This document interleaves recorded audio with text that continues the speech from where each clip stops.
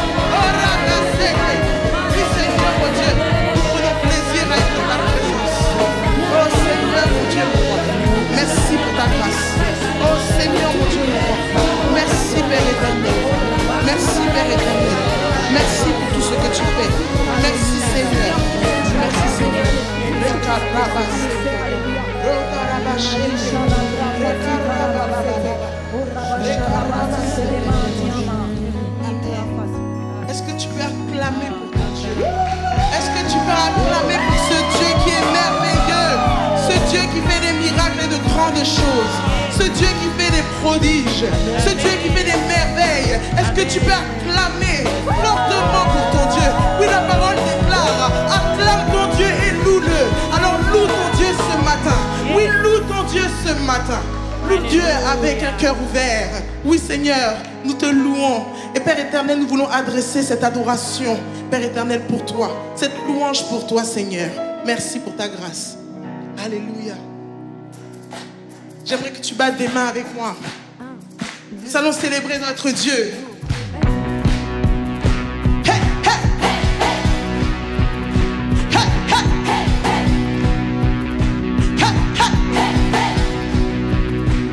Acclame ton Dieu,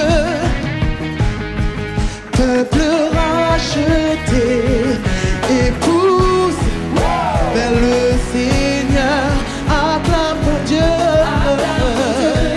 peuple racheté, épouse vers le Seigneur.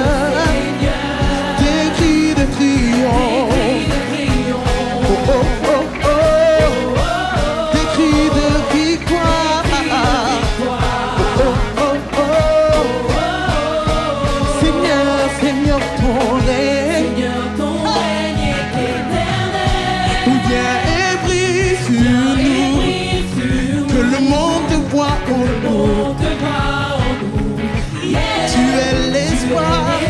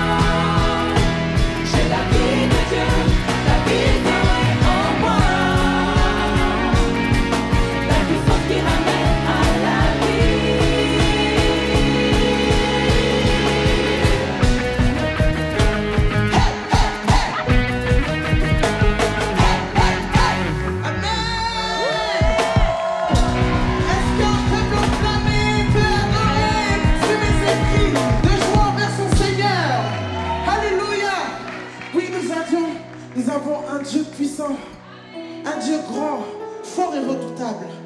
Oui, il n'a pas de limite. Il est grand, il est merveilleux, n'est-ce pas? Amen. Et nous sommes contents de le louer. Alléluia. Nous sommes contents de l'appartenir. Amen. J'aimerais que tu puisses fermer les yeux et passer ce moment de contemplation entre toi et ton Dieu. Exprime et épanche ton cœur devant la présence de ton Dieu ce matin. Oui, parle à ton Dieu. N'attends pas que je te le dise de le faire. C'est un culte qui lui est dû, où tu dois exprimer la passion de ton cœur vers ton Seigneur. Alléluia. Seigneur, nous voulons nous adresser à toi ce matin pour te dire que nous t'aimons, pour te dire, Seigneur, que nous t'adorons. Seigneur, nos pensées, notre cœur, Seigneur, que tu nous vois. Toute notre âme, Seigneur, que tu nous vois. Et sois versé vers toi. Père éternel, Dieu de gloire. Il n'y a personne d'autre, Seigneur. Dans nos cœurs, Seigneur, c'est toi seul. Oh Dieu de gloire, nous t'aimons. Oh Dieu de gloire, nous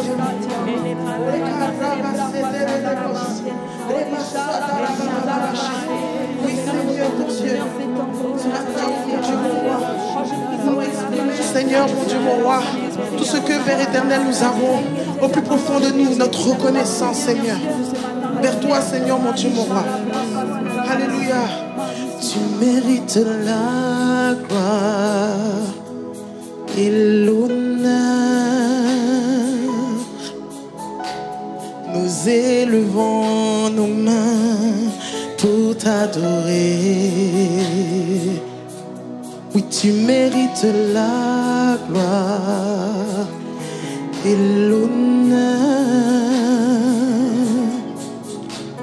Nous élevons nos mains pour t'adorer. Car tu es grand et tu fais de si grands miracles. Et nul n'est comparable à toi. Oui, nul n'est comme toi.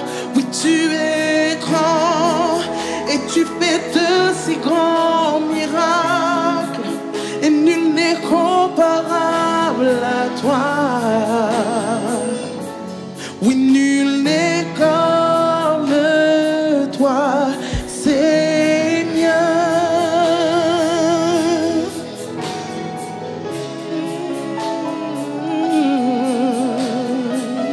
Oui, nul n'est comme toi, mon Dieu. Oui, tu mérites la gloire. Tu mérites la gloire et l'honneur. Nous élevons nos mains pour t'adorer. Oui, tu mérites la gloire. Tu mérites la gloire Et tout l'honneur. Nous élevons nos mains pour t'adorer. Oui, toi seul tu mérites. Et tout l'honneur.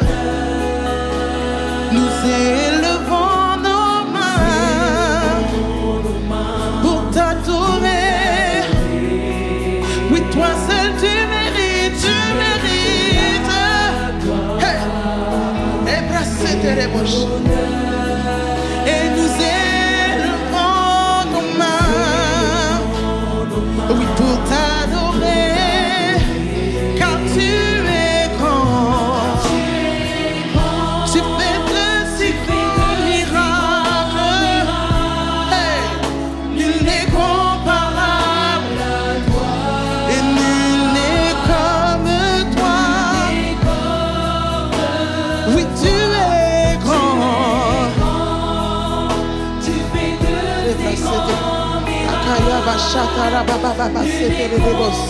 Hey, les bosses, Akaya basse. Oui, nul n'est comme toi, Seigneur. Les brassata rabachete. Oui, Seigneur, tu es grand. Et nul n'est comme toi. Les brassata rabate les bosses. Tu mérites la gloire et tout l'honneur. Oui, nous élevons nos mains. Est-ce que tu peux élever les mains en signe d'abandon? Oui, tu t'abandonnes à Dieu, un Dieu puissant, un Dieu grand. Et il mérite toute la gloire et ton adoration. Parce que notre Dieu siège au milieu de l'adoration de son peuple. Alors adore-le ce matin. Adore-le au plus profond de ton cœur. Alléluia. Oui, tu mérites, tu mérites. Oui, tu mérites. Oui, tout l'honneur. À toi l'honneur, Seigneur. Hey. Oui, tu mérites. Tu mérites tout l'honneur. Et nous élevons nos mains pour t'adorer toi seul. Oui, car tu es grand, Seigneur. Oui, tu fais de grands miracles. Hey, nul n'est comparable à toi. Est-ce que tu peux réaliser ces paroles? Nul n'est comparable à notre Dieu.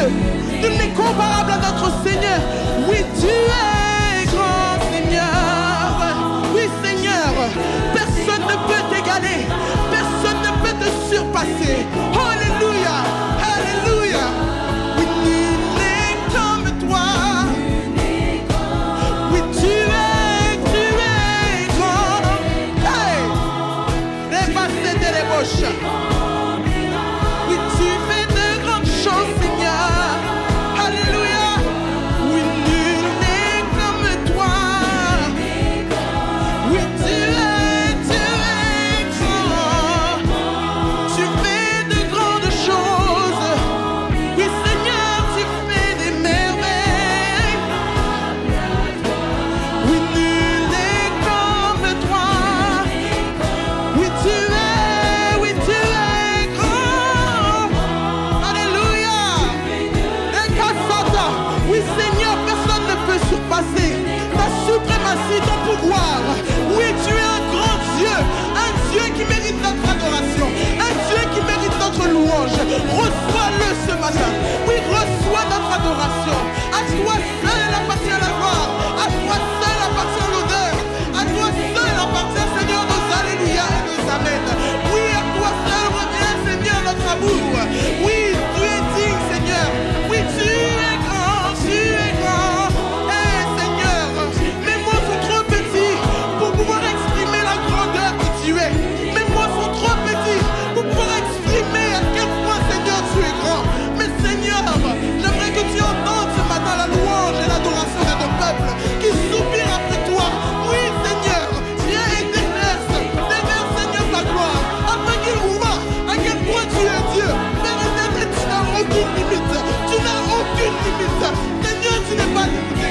Tu n'es pas un petit Dieu, mais tu es un grand Dieu. Un Dieu au-dessus de tout. Un Dieu tout-puissant. Alléluia. Nul n'est comparable à toi. Nul n'est comme toi. Tu es grand. Tu fais de si grands miracles. Nul n'est comparable à toi. Oui, tu es grand. Hey, réalise-le. Non, comme ça.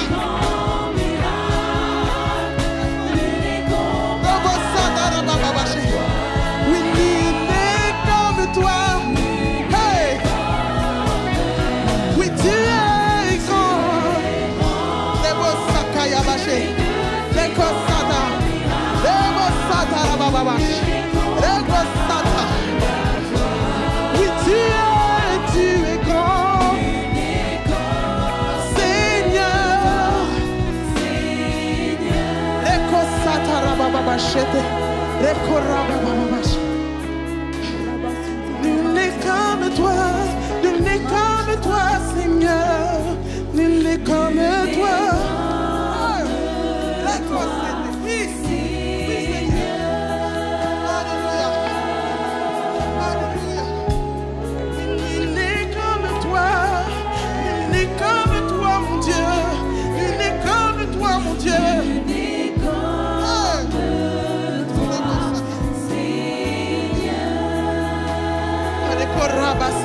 Est-ce que tu peux élever ta voix dans cette présence magnifique de notre Seigneur? Alléluia, adore ton Dieu. Exprime l'amour qu'il y a dans ton cœur pour notre Seigneur. Alléluia. Oui, Seigneur, Seigneur. Personne n'est comme toi. Personne n'est grand comme toi. Alléluia. Oh oui, Ekosata Rabababashe, Ekosata Rabasata, Rekarabababababashete, Rekorababababa, Rekorababababashete, Rakayabababa. Oui, Seigneur, tu es grand. Hey!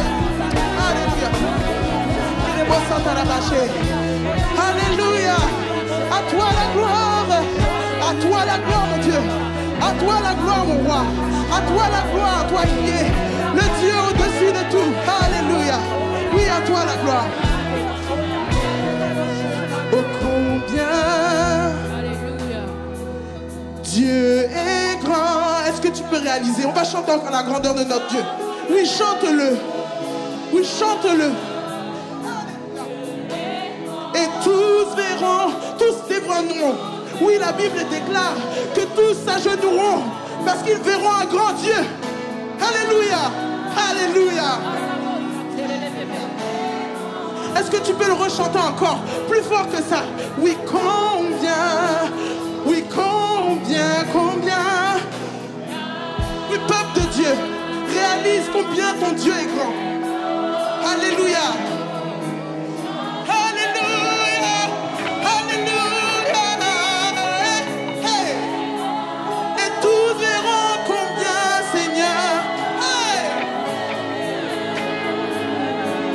Oui, combien, alléluia, Dieu est grand. Le Père, est-ce qu'on peut le dire ensemble? Combien, oui, combien, Seigneur. Oui, combien, chantons-le, combien. Seigneur, on ne finira jamais de chanter ta grandeur. Oui, parce que ta grandeur est infinie au-dessus des cieux. Oui, Seigneur, ta grandeur est infinie, elle est interplanétaire, intemporelle, Seigneur. Tu es le Dieu d'hier, le Dieu d'aujourd'hui et le Dieu de demain. Oui, alors ta grandeur sera celui d'hier, celle d'aujourd'hui et celle de demain. Oui, combien, Seigneur.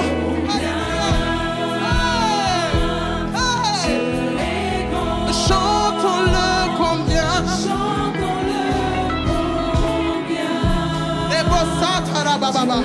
Hey, et tous verront combien. Réalise-le. Réalise-le. Tous verront la grandeur de ton Dieu. Parce qu'il fera des miracles dans ta vie. Et tu témoigneras. Et ce témoignage sera grand et fort. Alléluia. Oui, chantons-le. Oui, chantons-le combien. Combien notre Dieu est grand. Réalise-le. Oui, chantons-le.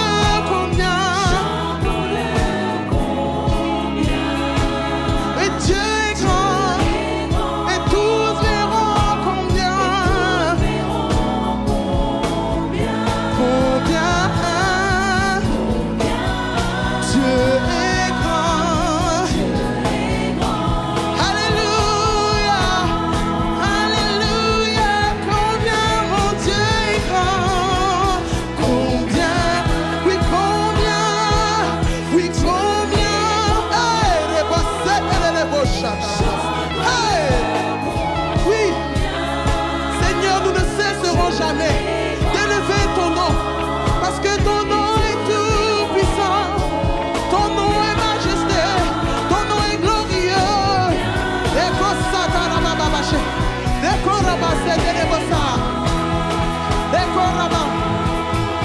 Alléluia. Nous allons dire ceci. Alléluia. Ton nom est tout puissant. Oui, Seigneur, ton nom est tout puissant. Et digne de louange. Et je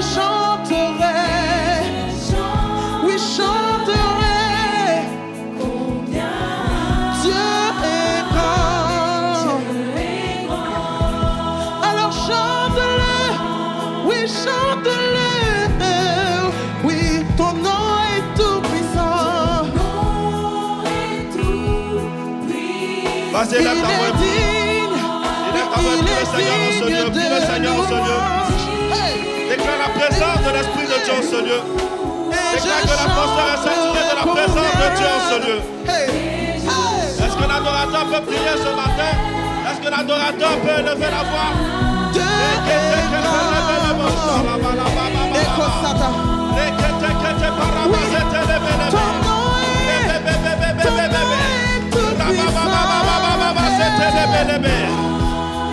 Merci Seigneur pour ta présence en ce lieu ce matin. Oui, nous sommes là pour t'adorer, oh Dieu. Oui, Père, nous voulons te contempler, Seigneur. Oui, Jésus, nous voulons te célébrer. Tu es digne d'honneur. Tu es digne de gloire. Digne d'adoration. Digne de célébration. Digne d'être contemplé. Digne d'être magnifié. Toi seul, oh Dieu, mérite l'honneur. Toi seul, oh Dieu, mérite la gloire. Toi seul, oh Dieu, mérite Père d'être contemplé, d'être célébré, d'être magnifié. Et ce matin, nous voulons t'adorer, Seigneur, d'un cœur reconnaissant, Seigneur. C'est un cœur à cœur avec le Saint-Esprit. Oui, ce matin, oh Dieu, nous ne pouvons pas passer à côté, Seigneur, de la grâce de ta présence.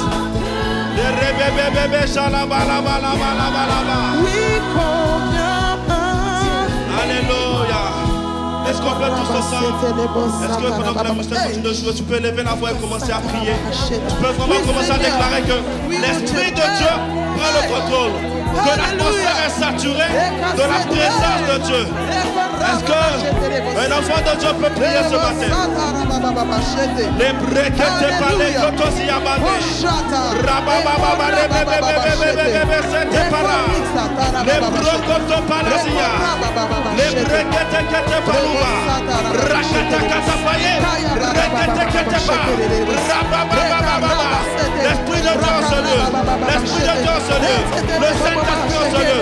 Pendant que tu pries, l'atmosphère change. Pendant que tu pries, l'atmosphère est saturée de la présence de Dieu. Pendant que tu pries, ton cœur est disposé à recevoir la parole de Dieu. Pendant que tu pries, le Saint-Esprit prend le contrôle. Le Seigneur, le Seigneur, le Seigneur.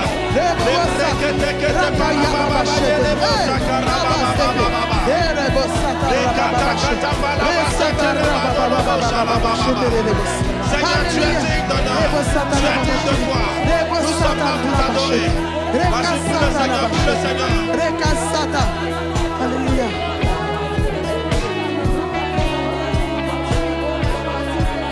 Continue de prier, continue de prier.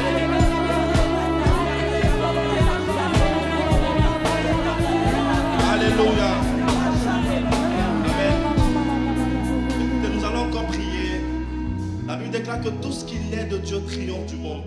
Pour que vraiment tu puisses repartir avec une parole, il faudrait que ton esprit soit réveillé. Il faudrait que vraiment tu sois débarrassé de la fatigue, parce que c'est le matin. Donc on va vraiment prier pour saturer l'atmosphère. Amen. On va prendre ce chant qui dit tu es mon maître.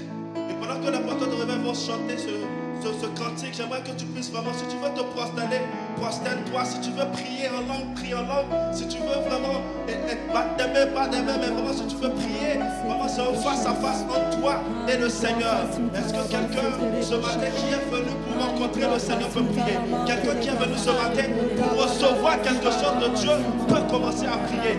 Quelqu'un qui ne veut pas repartir tel qu'il est venu peut commencer à prier. Oh oui Seigneur, nous sommes là ce matin pour t'adorer Père. C'est toi notre Seigneur, c'est toi notre Dieu. C'est toi seul est digne de louange et d'honneur. Nous sommes là pour te célébrer, pour te contempler Seigneur. Nous ne repartirons pas les mêmes ce matin. Mais nous repartons Seigneur, édifiés, remplis Seigneur de ton feu, remplis de ta présence Seigneur, remplis de ta puissance Seigneur. Oui Père, reçois ce matin nos louanges. Reçois ce matin notre adoration, oh Dieu. Reçois ce matin, Seigneur, le fruit de nos lèvres qui monte à toi comme un parfum. Tu nous donnes agréable, Seigneur.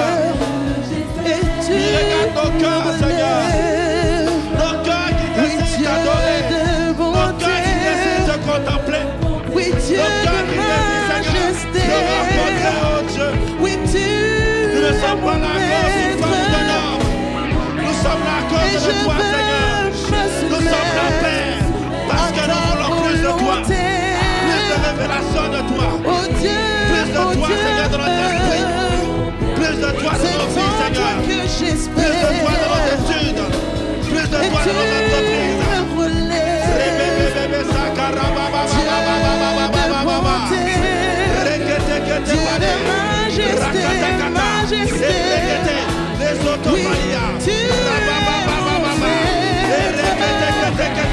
Je veux me soumettre à toi, Seigneur, et faire ta volonté.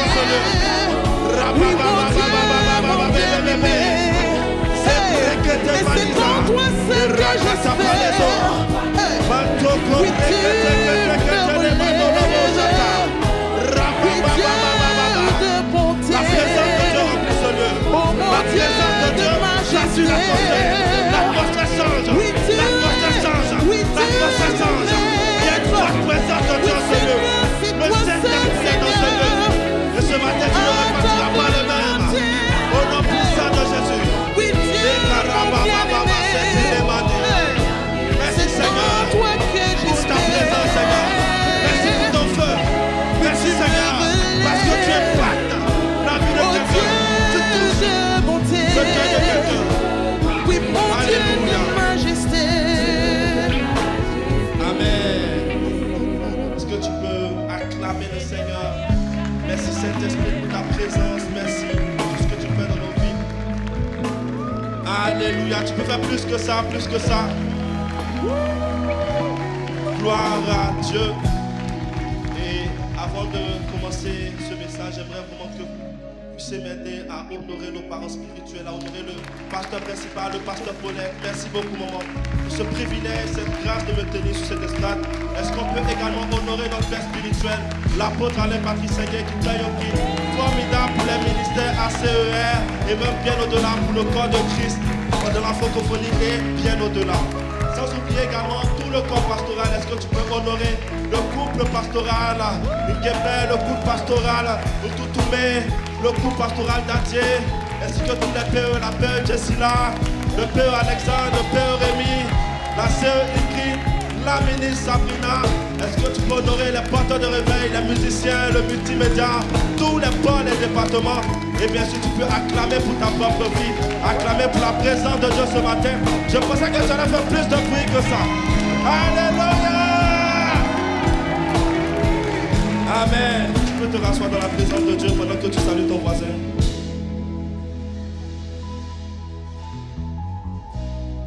Salut la personne qui se trouve à côté de toi, si ce n'est pas encore fait.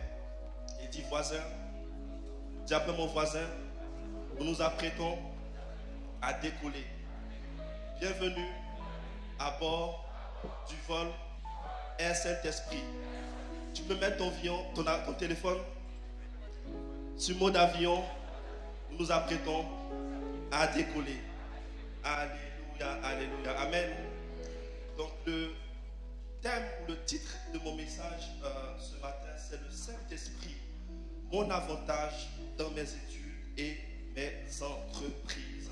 Donc ceux qui connaissent le thème du mois, vous allez voir que donc, ma prédication est en rapport avec le thème de ce mois. Donc le thème de la prédication, c'est le Saint-Esprit, mon avantage dans mes études et dans mes entreprises, ou dans nos études et notre entreprise. Amen. Mais avant d'entrer dans le message, j'aimerais établir ceci. Comme introduction, j'aimerais faire le distinguo entre deux types d'hommes que Dieu a, j'ai envie de dire, créés. Ok? Il y a ce qu'on appelle l'homme naturel. Amen. Et il y a la nouvelle création en Christ. Parce que pour parler d'avantage, pour parler du fait que le Saint-Esprit est notre avantage, il faudrait établir le distinguo et faire la différence entre ceux qui ont l'esprit et ceux qui n'ont pas l'esprit. Amen. Donc dans la société dans laquelle nous vivons, il y a deux catégories de personnes. Il y a deux types d'hommes. Il y a ceux qui sont la nouvelle création en Christ, ceux qui ont l'esprit de Dieu, et il y a ceux qu'on appelle, la Bible va appeler l'homme naturel, l'homme animal, ou tout simplement une personne qui n'a pas encore confessé Christ. Amen. Est-ce que jusqu'ici tout le monde me suit? Donc nous sommes en train de poser les bases et nous disons qu'il y a deux types, deux catégories d'hommes. Donc, lorsque nous avons accepté Jésus-Christ, toi et moi, comme Seigneur et Sauveur personnel, et si tu n'as pas encore fait, si ce n'est pas encore le cas, à la fin de la prédication, on te donnera cette opportunité. Mais la Bible va dire que nous sommes devenus une nouvelle création en Christ. Lorsque j'ai accepté Jésus-Christ, la Bible dit que je ne suis plus la même personne. Nous sommes devenus une nouvelle création. Donc nous ne sommes plus rattachés au premier homme qui est Adam, mais nous sommes rattachés à Christ. Nous sommes à l'image de Christ. Et c'est nous, les chrétiens, nous qui avons accepté Jésus-Christ, qui avons comme avantage le Saint-Esprit.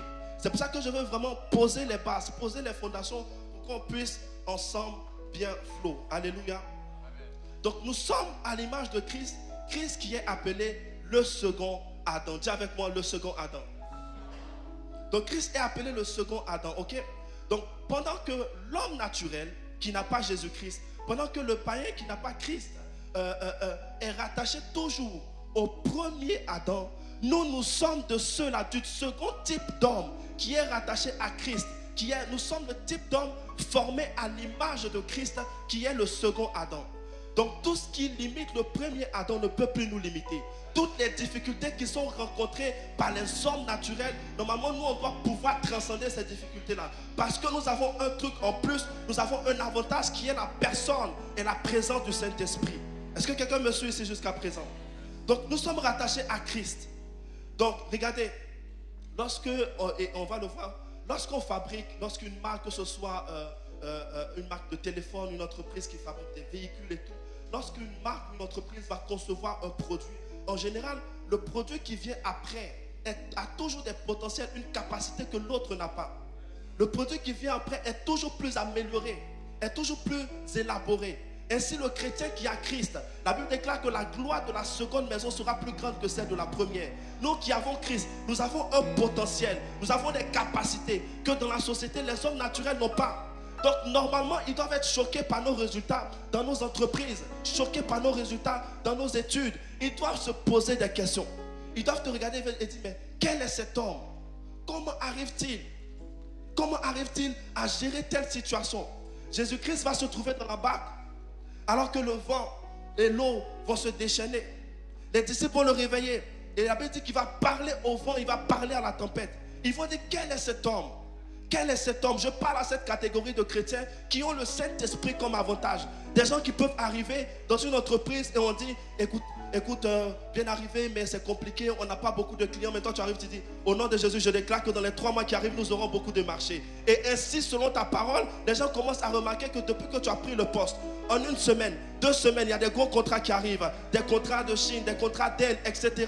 Parce que tu as prophétisé. Je parle de cette catégorie de chrétiens qui ont la capacité de parler au marché des finances, au marché de la bourse, de prophétiser l'évolution de la courbe. Je parle à cette catégorie de chrétiens qui, comme Jésus-Christ a parlé au vent et à la tempête, ont cette capacité d'annoncer, de déclarer, de prophétiser l'évolution de leur entreprise. Nous avons un avantage, alléluia. Dis à ton voisin, nous avons un avantage. Donc je disais que nous sommes à l'image de Christ qui est le second Adam. Mais le problème c'est quoi? C'est qu'aujourd'hui on vit dans une société où on observe l'inverse. Au lieu que ce soit l'homme naturel qui s'inspire de nous, aujourd'hui on observe que les plus grandes entreprises, les plus grands business, les plus grands scientifiques, les plus grands inventeurs sont les gens du monde. Mais je déclare que ça change au nom de Jésus. Parce qu'il y a une catégorie de chrétiens conscients qui ont un avantage, qui se lèvent. Amen. Donc toujours dans l'introduction, nous sommes en train de parler de ce fait que j'aimerais vraiment bien insister dessus. Et vous allez comprendre que nous sommes rattachés à Christ et non pas au premier Adam. Et on va prendre Colossiens chapitre 1 verset 15. Si tu as ta Bible, tu peux ouvrir ta Bible. On va prendre Colossiens chapitre 1 verset 15. Allez voir ce que la parole de Dieu nous dit par rapport à ça. Et ensuite, on va mieux comprendre en fait. Si le multimédia est prêt, pendant que tu prépares, je vais le lire ici. Il dit, Colossiens chapitre 1 verset 15, il dit, il est l'image du Dieu invisible, le premier-né de toute la création. Il est l'image du Dieu invisible, le premier-né de toute la création. Ok, on va laisser le verset. Et après, j'ai préparé une image, donc le multimédia va préparer une image. Il dit qu'il est le premier-né de toute la création. Ok, retenez très bien ce qu'on va. Là, on est en train d'aller progressivement. Premier-né de toute la création. On dit le premier-né de toute la... Ok. Est-ce que le multimédia peut afficher l'image? Donc ici, en fait, on va comprendre que Christ est le premier-né de toute la création. Mais qu'est-ce que ça veut dire en fait? Et lorsque je creusais ce verset, lorsque j'étudiais ce verset, je me suis rendu compte qu'il y a un mot en fait qui veut dire que Christ est le premier, il est le prototype de toute la création. Il est le premier-né. Quand dit Christ est le premier-né dans plusieurs frères, ça veut dire qu'il est le prototype de toute une série d'hommes faits à son image. Il est le... Regardez, le verset dit, bon ça s'affiche un peu trop grand, mais il dit, il est le premier. Le mot c'est prototokos. Donc Christ est le premier prototokos de toute la création. Et ce mot grec prototokos, en fait, c'est de ce mot qu'a tiré le français prototype. Prototype. Christ est le premier prototokos. Il est le premier prototype de toute la création. C'est quoi un prototype? Un prototype, c'est quoi? C'est une ébauche fonctionnelle d'un objet ou d'une création. Lorsque, par exemple, Tesla va vouloir fabriquer la Tesla, lorsque Apple va vouloir créer un téléphone, ils vont faire d'abord ce qu'on appelle un prototype. Et le prototype va être testé en conditions réelles. Le prototype va être testé, j'ai envie de dire, dans toutes les conditions, dans toutes les circonstances. Et lorsque le prototype est validé, le prototype sert à dire que tout ce qui sera fabriqué devra être identique au prototype qui a été validé. Est-ce que quelqu'un me suit ici? Donc si Christ est le premier prototokos, il est le premier prototype de toute une création, en fait nous qui sommes issus de Christ, nous sommes à l'image du prototype qui est Christ.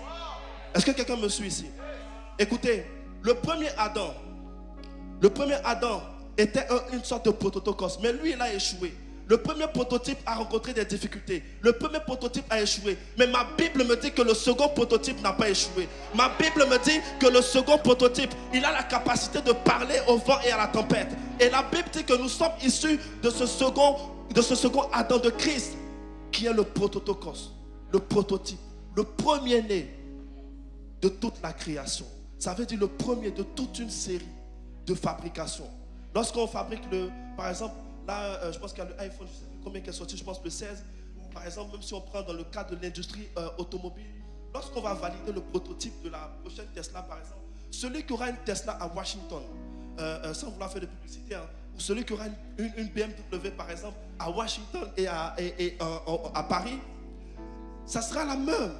Celui qui aura sa BMW à Washington n'aura pas une BMW qui s'envole, et celui qui est à Paris n'aura pas une BMW qui va sous l'eau. Ça sera pareil. On dira nous tous qu'on a le même, par exemple, iPhone, le même Samsung, parce que les mêmes téléphones ont été validés et créés selon le prototype, selon le premier d'une série de créations. Donc Christ, j'ai noté cette phrase.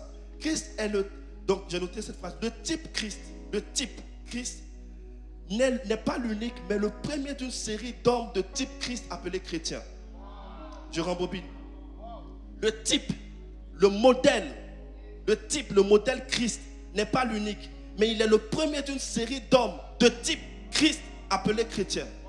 Est-ce que quelqu'un suit très bien? Donc nous sommes à l'image de Christ. Donc normalement nous devons être des modèles d'excellence dans ce que nous faisons. Nous devons avoir les résultats qui choquent l'entendement. Dans nos entreprises, dans nos études, nous devons avoir des résultats déconcertants. C'est-à-dire que lorsque les gens te regardent, ils disent, mais comment il est capable de faire ça? Comment il est capable d'apporter telle solution à telle situation? Alléluia. Amen, amen. Est-ce que quelqu'un me suit? Donc je disais que si Adam a échoué, Adam qui est le premier prototokos, le second n'a pas échoué. Et nous sommes de Christ. Donc je vais annoncer à quelqu'un que tu n'échoueras pas dans tes études au nom de Jésus. Je vais annoncer à quelqu'un que tu réussiras dans tes entreprises au nom puissant de Jésus. Si seulement nous avons la foi. Donc le truc c'est de comprendre qu'en tant que chrétien, nous avons un potentiel, nous avons un grand potentiel. Mais le problème c'est est-ce que nous réalisons ce potentiel que nous avons? Est-ce que nous réalisons la grâce que nous avons d'avoir l'Esprit de Dieu en nous? Le chrétien est comme quelqu'un qui a une âme terrible mais qui ne sait pas l'utiliser. Écoutez, quelle que soit une âme puissante, même si on la met dans la main d'un enfant, et si l'enfant ne sait pas l'utiliser, il ne peut pas tirer profit. Le manque de connaissance empêche de tirer profit d'une chose. Le manque de connaissance. Est-ce que vous savez que même nos téléphones qui sont là, nous on prend juste pour appeler, pour faire des statuts, Instagram et tout, etc., etc. Mais il y a des gens qui travaillent avec.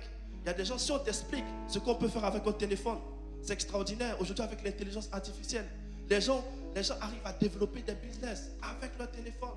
Donc souvent, en fait, le manque de connaissance d'un produit t'empêche de tirer profit de cela.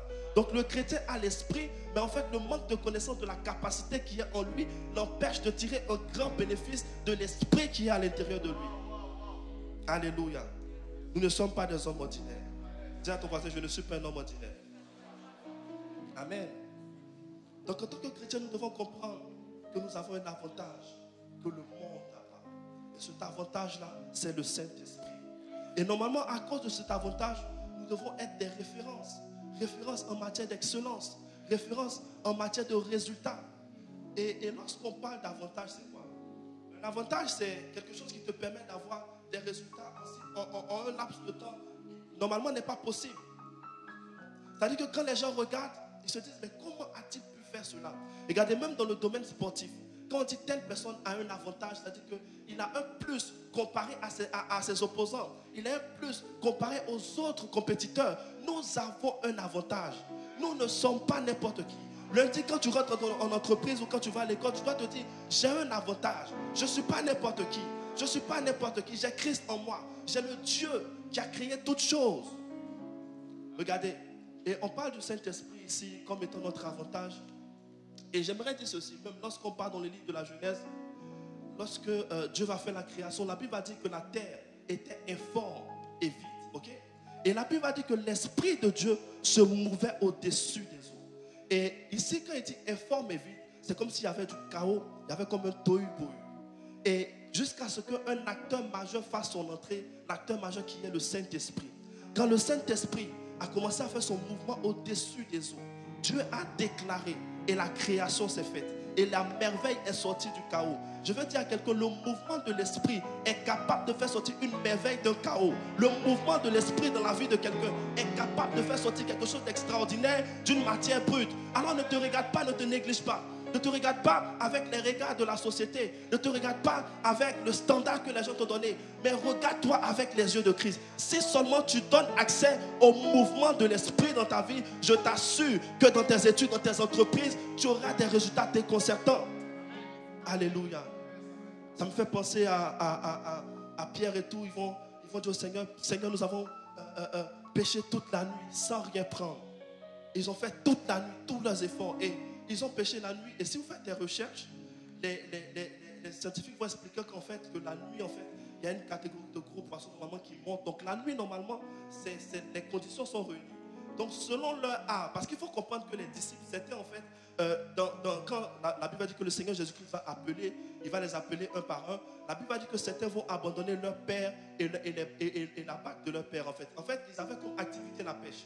Donc c'était des gens, la pêche c'était leur art, en fait. Ils maîtrisaient. C'est pour ça que Jésus-Christ a parlé leur langage. Il a dit, je ferai de vous des pêcheurs d'hommes. Parce que les gars, c'était leur art. Ils maîtrisaient.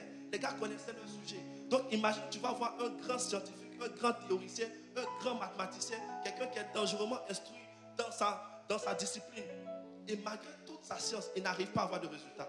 Malgré toute la connaissance. Je pense que peut-être que Pierre, lorsqu'il avait 4 ans, 5 ans, il suivait son papa au bord du lac, au bord de la lagune pour apprendre à pêcher. Le gars peut-être avait Master plus 2 en pêche. Le gars avait peut-être 18 ans d'expérience dans la pêche. Mais ce jour-là, il a fait toute la nuit sans rien prendre. Jusqu'à ce que Jésus-Christ rentre dans la barque. Alléluia. Lorsque le Seigneur rentre dans la barque, la galère s'arrête. La galère s'arrête. Il a dit, sur ta parole. Sur ta parole. Sur ta parole. Et c'est même un peu comme l'image de lorsqu'il était dans la barque endormi et lorsqu'il y avait le vent et la tempête. Regardez. Et ce passage-là nous enseigne quelque chose de tellement remarquable. J'ai compris en étudiant ce verset que c'est vrai, c'est important d'avoir Jésus-Christ dans la barque. Mais le plus important, ce qui est encore plus important, c'est que le Jésus-Christ qui est dans la barque soit réveillé. Il est important d'avoir Christ dans ta vie. Mais le plus important, c'est que le Christ qui est dans ta vie soit réveillé. Parce que tant que le Christ qui est dans ta barque dort, le vent et la tempête continueront d'être déchaînés. Les problèmes continueront de te menacer. Mais lorsque le Christ qui est dans ta barque se réveillera, lorsque tu donneras l'avantage au Saint-Esprit, tu verras que tu auras la capacité de parler au vent et à la tempête. Le Saint-Esprit, mon avantage. Et ce thème est issu de Jean chapitre 16, verset 7, pour ceux qui prennent des notes. Jean chapitre 16, verset 7, où Jésus va dire, cependant, je vous dis la vérité, il est avantageux que je m'en aille. Car si je ne m'en vais pas, le consolateur ne viendra pas. Mais si je m'en vais, je vous l'enverrai. Donc il dit, il est avantageux pour vous que je m'en aille. Donc ce n'était pas avantageux qu'il y ait le seul prototokos, le seul prototype à Nazareth, à Bethléem, à Jérusalem, mais il était avantageux que toute la série sorte. il était avantageux qu'il parte afin que nous puissions venir étant à l'image de Christ. C'est pour ça que certains vont dire que le mot chrétien veut dire, certains vont dire petit Christ. Mais moi j'ai envie de dire à l'image de Christ. Et c'est ça en fait, comprendre ce que nous avons, comprendre le potentiel que nous avons en Christ. Alléluia. Et si nous réalisons le potentiel et l'avantage que nous avons par le Saint-Esprit, nous ferons des exploits. Amen. Donc le problème, comme je disais, c'est quoi? C'est qu'on a cette grande capacité qui sommeille en nous, mais on ne réalise pas. Il n'y a pas encore eu ce déclic-là, cette prise de conscience-là, que le Saint-Esprit peut nous faire exceller dans nos études. Le Saint-Esprit peut débloquer des situations. Moi, j'ai tellement vu des choses extraordinaires, que ce soit dans mes études, que ce soit même en entreprise, etc. Pour rendre même un témoignage assez rapide de comment est-ce qu'on est arrivé en Île-de-France. Je vais essayer, je n'avais pas prévu de rendre ce témoignage-là, mais je vais le rendre assez rapidement. C'est qu'à l'approche de notre mariage, en fait, moi j'ai eu mon premier emploi à Lyon. Okay? Donc je suis allé à Lyon, j'ai eu mon premier emploi. Donc j'ai fait 1 an à la Sueur Lyon et tout. Et mon épouse, en fait, elle était à Brest. Okay? Elle ne trouvait pas sa formation à Lyon et moi je ne trouvais pas d'emploi à Brest. Et donc on priait, on s'appelait, on priait. Et pourquoi je donne ce témoignage? Pour montrer que le facteur Saint-Esprit est capable. Il y a des gens qui cherchent des stages, des alternances sur l'emploi. Mais si seulement on arrive à créer le mouvement de l'Esprit. Frère, lorsqu'on a commencé à prier, ici en Île-de-France, c'est moi qui ai choisi l'entreprise dans laquelle je devais être. J'ai eu tellement d'acceptation et j'ai décidé de choisir celle dans laquelle je devais être. Et donc c'est comme ça, on ne doit plus être dans cette dimension où on prend le reste, où on prend ce qui reste, on fait avec ce qu'il y a. Non, on a la capacité de dire, nous sommes des portes, nous sommes des rois. On peut choisir, on peut créer les circonstances. Même si la porte est fermée, par l'esprit, tu peux ouvrir les portes. Même si tu fermes la porte, tu as celui qui traverse les murs, tu as celui qui traverse les portes. Aucune porte ne peut te bloquer, aucune porte ne peut te limiter, parce que tu as l'esprit en toi. Alléluia. Et le truc c'est quoi? C'est que en tant que chrétien, on a ce qu'on a. Enfin, c'était chrétien, pas tout le monde, pas que je généralise. On a ce que j'appelle la crise identitaire spirituelle. C'est quoi la crise identitaire spirituelle? Déjà, ton voisin, crise identitaire spirituelle. C'est en fait l'ignorance de qui nous sommes véritablement en Christ. C'est ça qui nous limite. L'ignorance de ce que nous avons véritablement en Christ. Et j'ai noté cette phrase. L'ignorance de qui vous êtes vous poussera à devenir quelqu'un d'autre en essayant d'être ce que vous êtes déjà. Je rembobine. L'ignorance de qui vous êtes vous poussera à devenir quelqu'un d'autre en essayant d'être qui vous êtes déjà. Ça vous rappelle l'histoire d'Adam et Ève. Le serpent leur a dit, si vous mangez du fruit de l'arbre de la connaissance du bien et du mal, vous serez comme Dieu. L'ignorance de qui ils étaient, alors que Dieu avait dit, faisons l'homme à notre image et à notre ressemblance. L'ignorance de qui ils étaient leur a poussé à vouloir devenir quelque chose d'autre, alors qu'ils étaient déjà à l'image de Dieu. Donc, quelqu'un comprend mieux la phrase? L'ignorance de qui vous êtes vous poussera à devenir quelqu'un d'autre en essayant d'être qui vous êtes déjà. Donc, moi, je pense que parmi tant d'erreurs, l'une des premières erreurs d'Adam et Ève, c'est de ne pas avoir su qui ils étaient réellement. L'ignorance leur a donné l'envie de manger le fruit de la connaissance. Quelqu'un voit l'opposition, ignorance et connaissance. C'est l'ignorance qui leur a poussé à voir, c'est l'ignorance qui a créé en eux l'envie de manger le fruit de la connaissance. Si nous savons qui nous sommes, si nous savons le potentiel que nous avons en Christ, je vous assure, on fera des choses extraordinaires. Alléluia. Et la Bible dit dans Osée 4:6, il dit, mon peuple périt faute de quoi? Connaissance. Si la connaissance est caractérisée comme la lumière, vous allez voir que quand ceux qui étudient la littérature, etc., ils vont dire, ils vont parler du siècle des Lumières, qui est le siècle auquel les hommes ont commencé à accéder à de grandes créations, de grands outils, de grandes révélations, etc. Selon eux, mais ils ne sont pas vraiment des révélations, mais bon, ils appellent ça le siècle des Lumières. Donc si la connaissance est assimilée à la lumière, ça veut dire que l'ignorance est assimilée aux ténèbres. Okay? Donc, cultiver l'ignorance, c'est donner un boulevard d'accès aux ténèbres dans ma vie. Cultiver l'ignorance, c'est laisser un terrain de jeu à l'ennemi. Parce que c'est l'ignorance d'Adam et Ève qui a permis au serpent de jouer sur ce terrain-là. Pour leur dire, écoutez, si vous mangez de ce fruit-là, vous devenez comme Dieu, alors qu'ils étaient déjà à l'image de Dieu. Donc tu dois combattre l'ignorance, accéder à la connaissance de ton identité en Christ, à la connaissance du potentiel que tu as en Christ. Alléluia. Et même Jean chapitre 17, verset 3 dit, on va l'afficher, il parle de la vie éternelle. Jean chapitre 17, verset 3, il parle de la vie éternelle et il va associer cela à la connaissance. À la connaissance. Est-ce que souvent on n'est pas limité parce qu'on ne connaît pas assez qui nous sommes? Il dit, oh la vie éternelle, c'est qu'ils te connaissent. Donc il y a un lien entre la vie éternelle et la connaissance. C'est qu'ils te connaissent, toi, le seul vrai Dieu, et celui que tu as envoyé, Jésus-Christ. Donc est-ce que souvent on n'est pas en train de périr parce qu'on manque de connaissance? Connaissance de ce que nous avons en Christ. Connaissance du potentiel que nous avons. Tu vas dans un entretien et tu t'assois pendant que l'entretien arrive et tu vois que vous êtes 5 candidats et tu stresses. Parmi les 5, qu'est-ce que la foi dit? La foi dit 1000 tomberont à ma gauche, 10 000 à ma droite, mais moi je ne serai pas atteint. La foi, elle parle. Même si vous êtes 17 candidats, tu dis c'est moi qui aurai ce poste.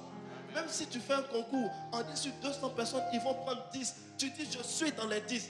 Même si c'est une personne, je suis dedans. Je suis dedans. Alléluia. Ça me rappelle le témoignage de l'apôtre qu'il a rendu l'autre dimanche où il disait, et ils ont affiché la liste des gens qu'ils avaient oublié au bac. Et son nom était sur la liste. Même si ils disent qu'on a fini de boucler, tu rentres dans la chambre, ils vont créer une autre liste sur laquelle il y aura ton nom. Alléluia. Et pendant que le multimédia prépare Daniel 11, 32 de la version Martin, et cette fois-ci on va s'appuyer sur Daniel 11, 32 pour faire le pont, pour rentrer dans l'autre chapitre de ce message qui est avec Dieu nous ferons des exploits. Okay? Donc là on a parlé en introduction du fait que le Saint-Esprit est notre avantage, etc. Et tout. On a parlé de la connaissance, mais on va parler de faire des exploits avec Dieu. Et on va prendre le cas d'étude de la vie de David. Okay, donc la version Martin dit ceci, il fera pécher par la flatterie ceux qui se porteront méchamment dans l'alliance, mais le peuple de ceux qui connaîtront leur Dieu se fortifiera et fera de grands exploits. Le peuple de ceux qui connaîtront leur Dieu, c'est comme s'il dit l'ensemble de ceux qui connaîtront leur Dieu. Donc il associe le fait de faire des exploits à la connaissance que nous avons de Dieu. Parce que si tu ne connais pas le Dieu des exploits, tu ne pourras pas faire d'exploits. En fait, c'est la connaissance du Dieu des exploits qui t'amène à rentrer dans les exploits. Parce qu'il dit, rien n'est impossible à Dieu. Ok? Il dit tout, et après il dit, tout est possible à celui qui croit. Donc tout est possible à celui qui croit, parce que rien n'est impossible à Dieu. Parce que celui qui croit au Dieu de l'impossible. Voilà pourquoi tout est possible à celui qui croit, parce que celui qui croit s'appuie sur le Dieu dont il a dit rien n'est impossible à Dieu. Donc la connaissance, alléluia, nous permet d'entrer. Si tu veux, acclame le Seigneur, tu peux acclamer le Seigneur. Alléluia. Donc j'ai dit qu'on va prendre l'histoire de David et on va aller dans 1 Samuel chapitre 1 Samuel chapitre 16 verset 1 à 12. Okay. 1 Samuel chapitre 16 verset 1 à 12. Donc on parle ici de l'histoire de David. Je ne sais pas si on va tout lire et tout, mais je vais planter le décor. Okay? Pour ceux qui prennent des notes, vous pouvez prendre la référence. En fait, on va s'en rendre compte que déjà Dieu va parler au prophète Samuel et va lui dire pourquoi pleures-tu, etc. J'ai rejeté Saül, prends ta corne et ta huche, va oindre David, etc. Ok? Donc Samuel va aller dans la maison d'Isaïe. Je ne pense pas qu'on va lire, je vais essayer de résumer parce que c'est moi. Donc Samuel va aller dans la maison d'Isaïe. Et quand il va arriver, Isaïe va appeler ses fils. Ok? Il va faire rentrer ses fils. Il y a un qui s'appelle Shama, il y a un qui s'appelle etc. Mais en fait, déjà le prophète Samuel va être attiré par l'apparence de l'homme. Okay? Et Dieu va dire non, ne te confie pas son apparence, je l'ai rejeté. Okay? Et en fait, on se rend compte qu'il fait passer tous ses fils, mais il manque un. Il manque David. Il fait passer tous ses fils, mais il manque David. Okay? Et David était derrière les brebis. Mais tous les frères de David, c'était des soldats. Écoutez, à l'époque de David, en fait, être soldat, c'était un privilège. Être soldat, c'était quelque chose qui donnait en fait je ne sais pas si je peux dire une prestance. C'est pour ça que le roi s'est offusqué lorsqu'on a dit David a tué ses 10 000, Saül a tué ses 1000. Parce qu'il y avait un grand crédit, une grande prestance accordée aux soldats. Donc le fait que le papa de David envoie tous les frères de David comme étant des soldats et on met David derrière les brebis, c'est comme si toi on te prend, tu as 3 frères. On prend ton premier frère, on l'envoie étudier à Harvard. On prend ton deuxième frère, on l'envoie étudier à Oxford. Et puis quand toi on arrive, le vieux dit, bon, Bernard, Maman, il pense que tu vas te débrouiller derrière les brebis. Imagine un peu comment ça, David aurait pu prendre la chose. Vous voyez un peu qu'on contextualise. Ses frères étaient sur le terrain, mais lui, il était derrière les brebis. Donc moi, je pense que David devait être quelqu'un de très humble pour accepter cela. Et même ce qui se passe, c'est qu'on fait une cérémonie, on convie tous les autres frères, on fait passer tout le monde, et lui, on l'oublie. On ne l'appelle pas. Mais le prophète va dire une chose, vous pouvez lire, c'est dans 1 Samuel 16, de à 12, on n'a pas le temps, sur le revue. Il va dire en fait, est-ce à tous tes fils? Et Isaïe va répondre non. Il va dire, on ne bougera pas, on ne continuera pas tant que David ne sera pas là. Écoutez, il y a des situations dans lesquelles les gens essaieront de vous exclure. Mais à cause de la présence de Dieu, ils diront, on ne fera pas ce projet tant que toi, tu n'es pas là. On ne bougera pas tant que toi, tu n'es pas encore arrivé. On ne donnera pas ce marché tant que lui n'est pas encore arrivé. On ne fera pas ceci, cela tant que lui n'est pas encore là. Et David va faire son entrée, etc. pour faire l'histoire un peu short. Donc voilà, le prophète va le reconnaître et tout, il va le poindre. Et ensuite, on sort du chapitre 16, on va au chapitre 17. Donc le chapitre 17, c'est là où maintenant le peuple d'Israël va combattre les Philistins. Vous connaissez David contre Goliath. Là on est dans 1 Samuel chapitre 17. Et cette fois-ci on va lire versets 24 à 30. Okay? Donc là on parle d'un jeune homme qui est David, qui est méprisé un peu, qui est rejeté, ceux qui personne ne mise, ceux qui la société ne mise pas. Et peut-être que certains se ressentent dans ce cas-là. Ils se regardent avec le fait que leurs parents ont dit, oui, parmi les enfants, tu es celui qui n'a pas peut-être eu de grands résultats, mais à partir du fait que tu as Christ et que tu réalises cela, tu pourras les choquer. La personne sur laquelle ils n'ont pas misé, cette personne qui a été rejetée, cette personne-là qui a fini par délivrer le peuple. Et on va le voir. Donc je veux dire à quelqu'un, ne te regarde pas avec le standard de la société. Ne te regarde pas avec les yeux, les commentaires des uns et des autres, mais regarde-toi avec le regard de Dieu. Ok? Donc là, David va arriver sur le champ de bataille, etc. Donc, la Bible dit, à la vue de cet homme, tous ceux d'Israël s'enfuirent devant lui et furent saisis d'une grande crainte. Okay? Chacun disait, avez-vous avancé cet homme? C'est pour jeter à Israël un défi qu'il s'est avancé. Si quelqu'un le tue, le roi le comblera de toutes les richesses, de toute richesse. Il lui donnera sa fille et il affranchira la moisson de son père en Israël. David dit aux hommes qui se trouvaient près de lui. Donc là, David fait son entrée. Okay? Que fera-t-on à celui qui tuera ce Philistin et qui ôtera l'opprobre de dessus d'Israël? Qui est donc ce Philistin, cet incirconcis, pour insulter l'armée du Dieu vivant? Ok, on continue. Le peuple répétant les mêmes choses, lui dit, c'est ainsi que l'on fera à celui qui le tuera. Ok, on continue. Voici la partie qui m'intéresse. Là, on va marquer une pause. Donc, David arrive et tout, il essaie de se renseigner. Qu'est-ce qui se passe? Il prend un peu la température. Maintenant, voici son frère. Son frère fait son entrée. Vous allez voir un peu le contexte familial dans lequel David était. Son frère aîné, son grand frère arrive. Au lieu de dire, bro, ça va et tout, comment tu vas? Regardez ce que son frère dit. Son frère aîné lui dit, donc, Eliam, son frère aîné, qu'il avait entendu parler à ses hommes, fut enflammé de colère contre David. Il est fâché parce qu'il a vu David. Donc, pour lui, David ne doit pas être là. C'est-à-dire qu'on est en train de prendre les grandes décisions, on est en train de signer les grands contrats et tout, on est en train de faire les grandes choses. Et il se fâche parce que David est là.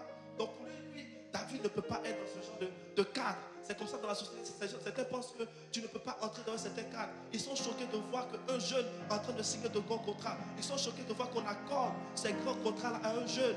Regardez, il dit, il fut enflammé de colère contre David et lui dit, pourquoi es-tu descendu et à qui as-tu laissé ce peu de brebis dans le désert? J'aimerais m'arrêter là. Après, on peut continuer. Je connais ton orgueil et la maladie de ton cœur, c'est pour voir la bataille que tu es descendu.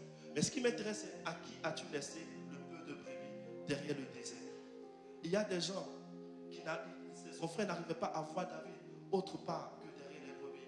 Autre part, il associe David avec le peu de brebis. C'est comme ça, il y a des gens qui te voient, ils n'arrivent pas peut-être à associer de grandes choses avec toi. À toi, il dit, à qui as-tu laissé le peu de brebis? Jean-Louis, toute sa vie, c'est les brebis, c'est derrière les brebis. Alors qu'il avait la royauté en lui.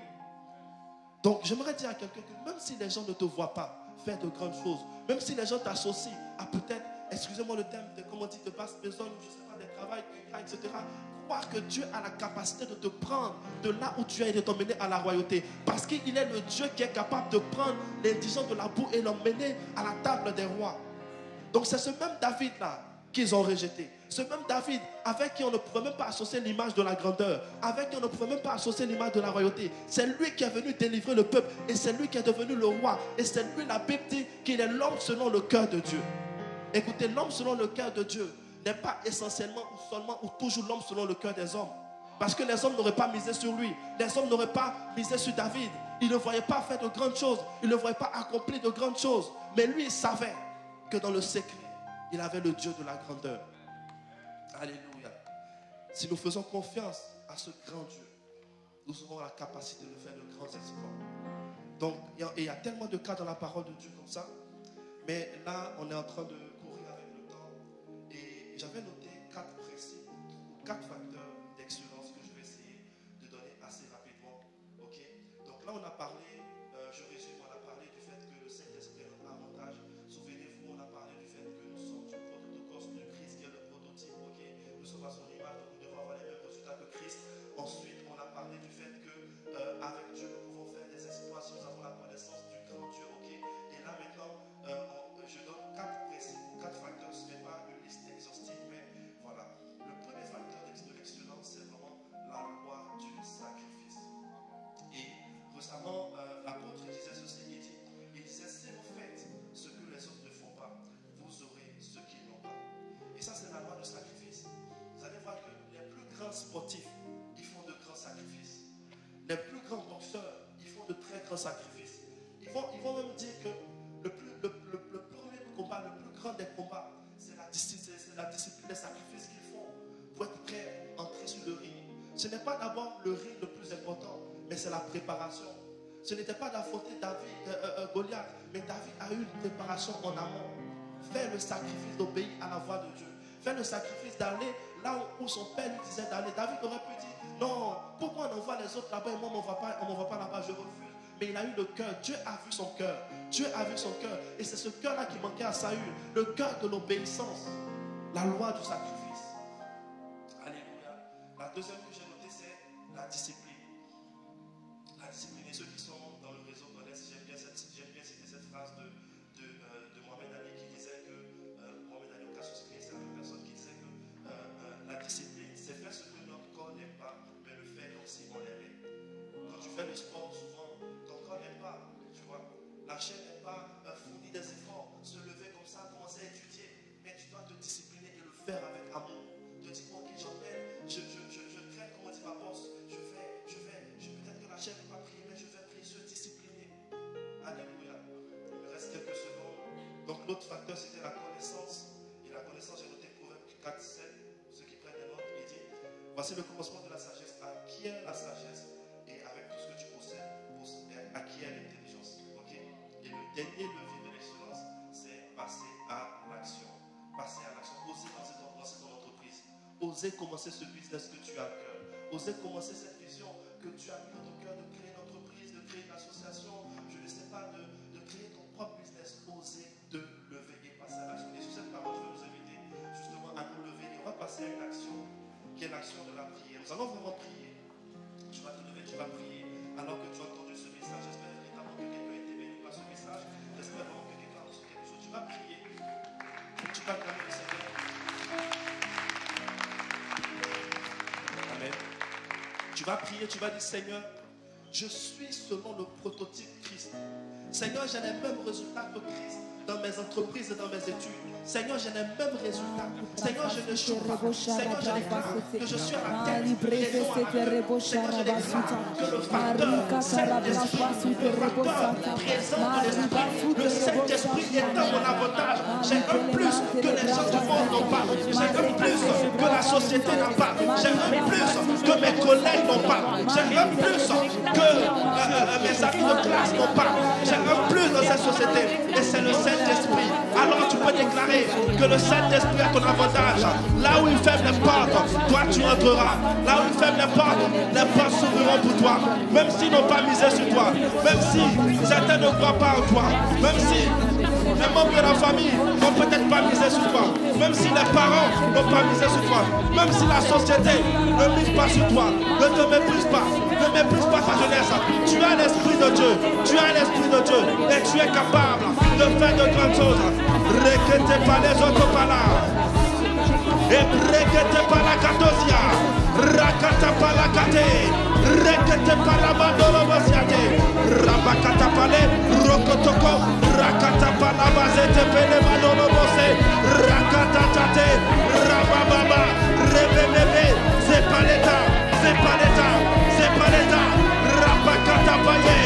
Rotokoto pale. Je déclare au Dieu que nous faisons des exploits. Je déclare au Dieu que le Saint-Esprit est notre avantage. Nous sommes excellents dans nos études, dans notre entreprise, dans tout ce que nous faisons. Tout ce que nos mains touchent prospère. Tout ce que nos mains touchent prospère. Tout ce que nos mains touchent se transforme de l'or. Au nom de Jésus. Rabababa zete bébé charabababa. Rabababa rebébé. Zepele topalia. Repekete palakatesia. Rakata katapa. Rekete palezo. Retopaya. Raba. Raba. Mantopa n'attaque palesia. Merci Père pour la vie de mon frère. Merci Père pour la vie de ma soeur ce matin. Qui prend conscience de l'avantage qu'il a. Qui prend conscience qu'il n'est pas n'importe qui. En Christ. Alléluia.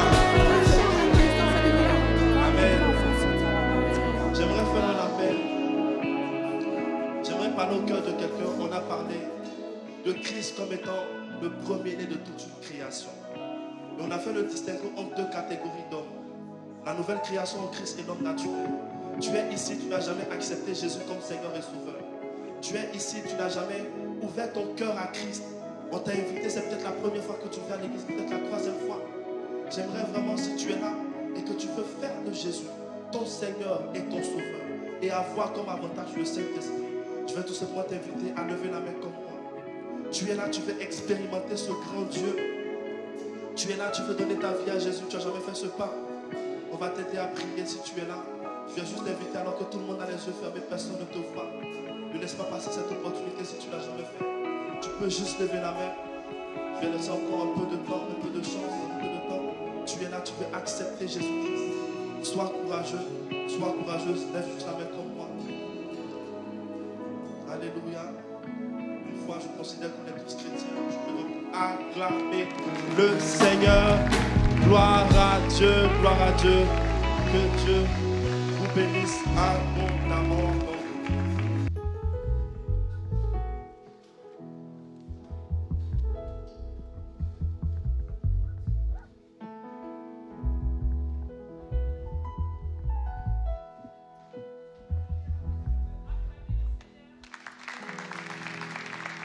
Amen. Amen. On peut acclamer le Seigneur pour l'orateur, pour le message qu'il nous a donné ce matin. Est-ce que vous avez été bénis? Yes. Gloire à Dieu. Je vous invite alors à vous asseoir. Est-ce qu'il y a des nouvelles personnes parmi nous ce matin? Si c'est la première fois que vous êtes présents, que ce soit en présentiel ou en ligne, nous vous invitons à vous lever.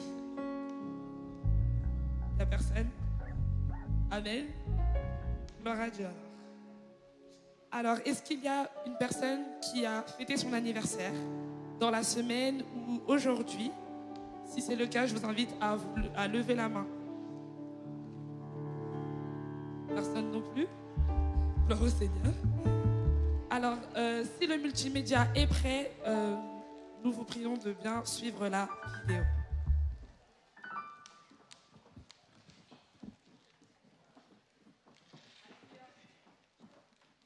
Pas non plus de vidéo. Amen. Alors, dites avec moi, annonce spéciale. Alors, il y a pour la rentrée scolaire 2024-2025, le département social qui met à disposition des cours de soutien gratuits afin d'accompagner les élèves étudiants de l'Église qui rencontrent des difficultés. Cette année, il y a plus de 20 personnes qui ont bénéficié de cet accompagnement et qui ont vu leurs notes s'améliorer. Donc, on peut acclamer le Seigneur pour elles. Et les personnes les plus sérieuses et les plus régulières ont obtenu leur baccalauréat avec mention. Amen. Alors, si vous voulez bénéficier de cet accompagnement, nous vous invitons à vous inscrire via le lien qui sera partagé dans vos réseaux ou alors à contacter les responsables suivants.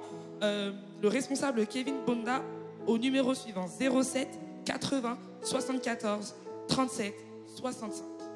Ou la responsable Glenn Kouma au 07 81 75 47 23. Par ailleurs, si vous êtes enseignant dans les matières scientifiques ou des matières littéraires, nous vous invitons à contacter l'équipe enseignante. Amen. Il y a également le canal WhatsApp de l'Église. Comme vous le savez, nous avons un canal de diffusion sur WhatsApp où il y a des informations importantes concernant l'Église qui sont partagées. Si vous n'êtes pas encore abonné, nous vous invitons à le faire. Vous pouvez prendre rendez-vous avec les pasteurs de la Mega Church ACER Paris, notamment le pasteur principal, le pasteur Paulette Sengue, ainsi que les pasteurs de la Mega Church, le pasteur Essine Toutoum, le pasteur Isaac Toutoum, le pasteur Augustin Dadier et le pasteur Cyrian Guépé, en envoyant un mail à l'adresse suivante, acerparis.pasteur@gmail.com. Nous vous rappelons également que les attroupements autour de l'église ne sont pas autorisés. Seules les personnes se rendant au culte suivant ou allant au stand sont autorisées à rester aux abords de l'église. Et pour la communion fraternelle, vous pouvez vous rendre au parc qui se situe juste en face de l'église. Il est également interdit d'y prier ou d'y imposer les mains par souci de cohésion avec nos voisins. Amen. Amen. N'hésitez pas alors à participer au culte suivant s'il reste de la place ou alors à suivre les cultes en direct. Ainsi, je vous invite à vous lever pour clôturer ce culte. Alléluia. Merci Seigneur pour le culte que nous avons passé ce matin. Merci parce que tu as disposé ton serviteur afin de nous prêcher ta parole, afin de nous enseigner, Père éternel, sur le fait que en ayant le Saint-Esprit dans nos vies, nous avons des avantages et nous croirons que nous réussirons dans nos entreprises ainsi que dans nos études. Nous déclarons alors que l'amour de Dieu le Père, la grâce de Jésus-Christ et la communion du Saint-Esprit soient avec nous jusqu'à dimanche prochain. Et le peuple de Dieu dit Amen. Amen. Bienvenue sur le site web d'ACER Paris. La Mega Church vous présente sa nouvelle interface disponible pour chacun d'entre vous. Vous pourrez retrouver la présentation des hommes et des femmes de Dieu de la maison avec leur biographie et leurs réseaux sociaux. Vous pouvez également demander directement un entretien pastoral sur notre site. Vous souhaitez servir dans la Mega Church? Vous retrouverez tous les départements et les pôles de l'Église avec leurs informations respectives. Si vous êtes intéressé, faites-nous votre demande pour commencer à servir. Vous trouverez aussi la présentation des différents réseaux de la Mega Church ainsi que la biographie de chacun des responsables de ceux-ci.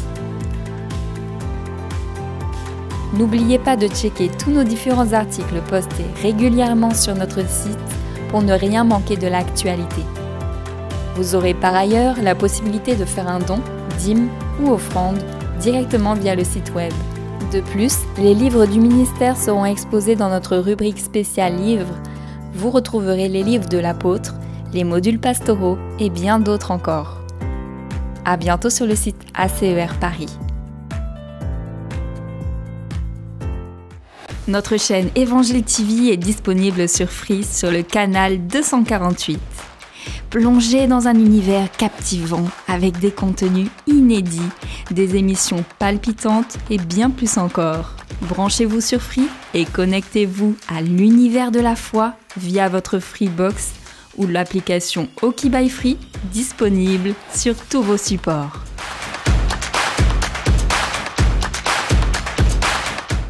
Marre de ne pas savoir quoi faire de vos cheveux? Osez prendre un temps pour vous. Des maîtres attentifs tiendront compte de tous vos souhaits. Notre salon vous offre une large gamme de services et de produits capillaires. Manu Coiffure, soigneusement coiffé, naturellement embelli. Manu Coiffure, moins 20% avec le code promo MCEVTV.